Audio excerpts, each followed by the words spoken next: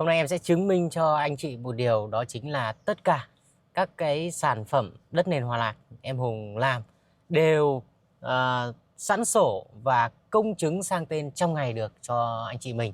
Thì đây là một chị khách mới ký hợp đồng đặt cọc tối hôm 11 vừa rồi này. Đấy, 11 tháng 5 hôm vừa rồi. Và đây là bill chuyển khoản này. Đấy, bill chuyển khoản 11 tháng 5 này. Đấy, đặt cọc 180 triệu, lô đất ở Đoài Phương, Hà Nội. Đoài Phương, Hòa Lạc, Hà Nội. Thì hiện tại em Hùng đang đợi chị khách này để đưa chị đi công chứng vào buổi chiều ngày hôm nay. Thì mời mọi người cùng theo chân em Hùng đi công chứng cho chị khách nhé.